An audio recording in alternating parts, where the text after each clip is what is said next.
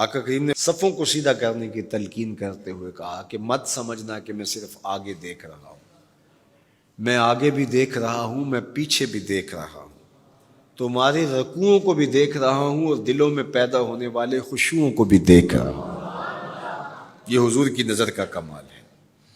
اور حضرت عبداللہ ابن عباس رضی اللہ تعالیٰ عنہ فرماتے ہیں کان رسول اللہ صلی اللہ علیہ وآلہ وسلم یرا فی اللیل فی الظلمہ کما یرا فی النہار فی الضوء۔ حضور رات کی تاریکی میں یوں دیکھتے تھے جس طرح دن کے اجالے میں دیکھتے تھے۔ میں نہیں دیکھ سکتا، یہ دیکھو یہ روشنیاں ہیں، یہ لائٹیں لگی ہوئی ہیں اور میں یہاں سے دیکھ رہا ہوں، اگر یہ چراغاں ختم ہو جائے، یہ روشنیاں بجھ جائیں تو وہ دور چیزیں لکھی ہوئی ہیں وہ تو دکھائی نہیں دیں گی، یہ کتاب میری جھولی میں بھی ہوگی میں پھر بھی نہیں دیکھ سکوں گا، اس لیے کہ میری آنکھیں نور ہیں، لیکن یہ اتنی دیر تک نہیں دیکھ سکتی جب تک یہ خارج کی روشنی بھی موجود نہ ہو۔ لیکن حضور سراپا نور ہیں، حضور ظلمت میں بھی دیکھتے تھے، روشنی میں بھی دیکھتے تھے۔ چونکہ میری آنکھیں ان روشنیوں کی محتاج ہیں، کائنات کی ساری روشنیاں شمس و قمر بھی میرے حضور کے محتاج ہیں، اس لیے حضور علیہ الصلوۃ والسلام شمس و قمر کی روشنی کے محتاج نہیں تھے۔ حضور کی مبارک آنکھیں جو ہیں وہ اندھیرے میں بھی دیکھتی تھیں اور حضور کی آنکھیں روشنی میں بھی دیکھتی تھیں۔ آقا کریم علیہ السلام نے ایک موقع پہ ارشاد فرمایا وَإِنَّ مَوْعَدَكُمُ الْحَوْض وَإِنِّي لَأَنظُرُ إِلَيْهِ مِن مَقَامِي هَٰذَا، بخاری مسلم باقی کتب حدیث میں موجود ہے۔ فرمایا کہ تمہارا جو حوض کوثر پر وعدہ ہے جہاں میں تمہیں جام بھر بھر کے دوں گا، فرمایا میں یہاں کھڑا ہوں اور یہاں کھڑے ہو کے اس کو دیکھ رہا ہوں۔ حضور یہاں کھڑے ہیں اور وہاں دیکھ رہے ہیں۔ ایک دن حضور صلاۃ الاستسقاء پڑھا رہے تھے، جب بارش نہ ہو رہی ہو تو اس کی جو نماز پڑھائی جاتی ہے اللہ کے حضور دعا کرنے کے لیے تو اس کو صلاۃ الاستسقاء کہا جاتا ہے۔ ام المومنین سیدہ عائشہ رضی اللہ تعالیٰ عنہ سے مروی ہے۔ تو نماز پڑھاتے پڑھاتے حضور نے ہاتھ آگے کیا پھر پیچھے کھینچ لیا، تو عمومی طور پہ ایسا نہیں ہوتا۔ تو صحابہ نے جب دیکھا تو بعد میں کسی نے پوچھا حضور آج نماز میں آپ نے ہاتھ آگے بڑھایا اور پیچھے کھینچ لیا، مجھے بتائیے کہ حالت نماز میں نظر کہاں ہونی چاہیے؟ جائے سجدہ پہ ہونی چاہیے نا، لیکن صحابہ حضور کو دیکھ رہے ہیں۔ اللہ اکبر۔ صحابہ سے کسی نے پوچھا کہ تم بتاؤ ظہر اور عصر کی نمازوں میں حضور قرات کرتے تھے؟ کہا ہاں کرتے تھے، بخاری میں ہے۔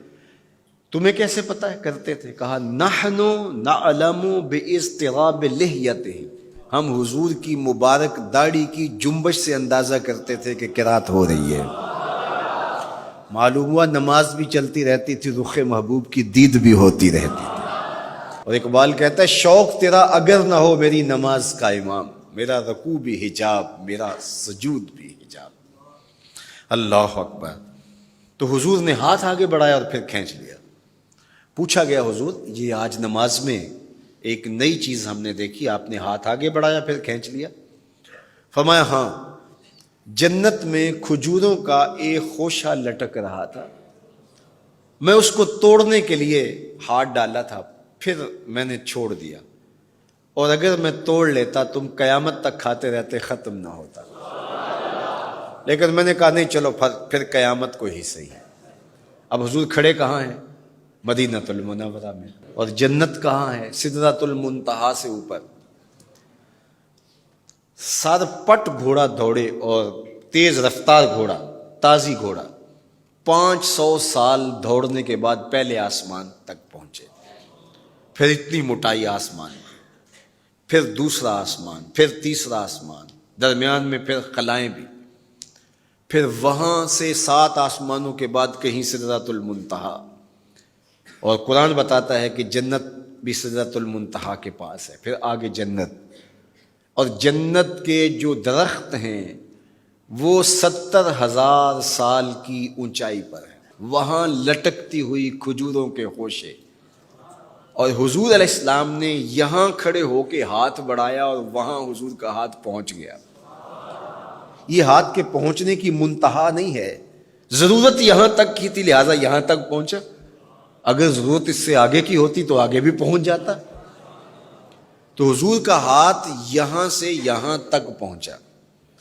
یہ حدیث پاک میں نا، میں اور آپ ہاتھ اٹھائیں تو ہمارا ہاتھ کہاں تک پہنچتا ہے؟ 5 فٹ قد ہے تو 3 فٹ اوپر ہاتھ پہنچ جائے گا، تو ہمارا ہاتھ 8 فٹ تک پہنچے گا، زمین سے 8 فٹ تک. چلو کسی کا 9 فٹ تک پہنچے گا، کوئی چھلانگ لگا کے اچھل کے اوپر لے جائے گا تو 10 فٹ تک پہنچ جائے گا. البتہ ہماری نظر بہت تیز ہے، ہماری نظر پہلے آسمان کے ٹمٹماتے ہوئے ستارے دیکھتی، دوسرے آسمان کے ستارے بھی دکھائی دیتی، تیسرے آسمان کے ستارے چاند سورج میں دکھائی دیتا ہے.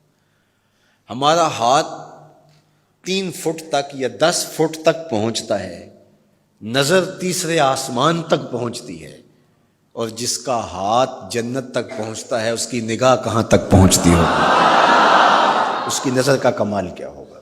اس لیے فرمایا انی ارا ما لا ترون واسمع ما لا تسمعون، جو میں دیکھتا ہوں وہ تم نہیں دیکھتے، جو میں سنتا ہوں وہ تم نہیں سنتے. اپنے حواس کو نبی کے حواس پر قیاس کرنا یا نبی کے حواس کو اپنے حواس پہ قیاس کرنا سوائے جہالت کے اور کچھ نہیں ہے. چے نسبت خاک را بعالم پاک، کہاں ہم کہاں ان کی ذات بابرکات.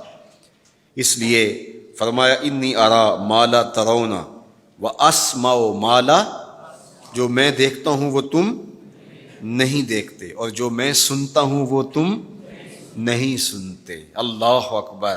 ہماری آنکھیں تو چمکتے ہوئے سورج کو دوپہر کے وقت نہ دیکھ پائیں، چندھیا جائیں، آنکھوں میں پانی اترنے لگے، اور محبوب کی آنکھیں بے حجاب دیدار رب کریں.